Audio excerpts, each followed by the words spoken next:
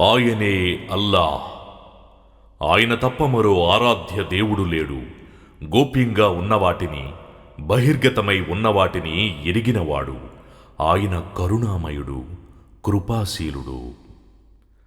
ఆయనే అల్లాహ్. ఆయన తప్ప మరో ఆరాధ్యుడు లేడు.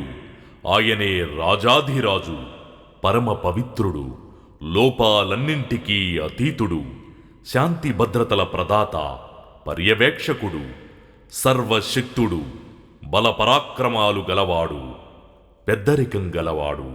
ప్రజలు ఆయనకు కల్పించే భాగస్వామ్యాల నుండి అల్లాహ్ పవిత్రంగా ఉన్నాడు.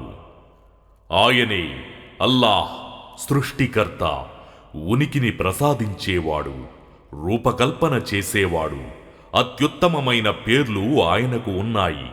భూమ్యాకాశాలలో ఉన్న ప్రతి వస్తువు ఆయన పవిత్రతను కొనియాడుతోంది. ఆయనే సర్వాధికుడు, వివేకవంతుడు.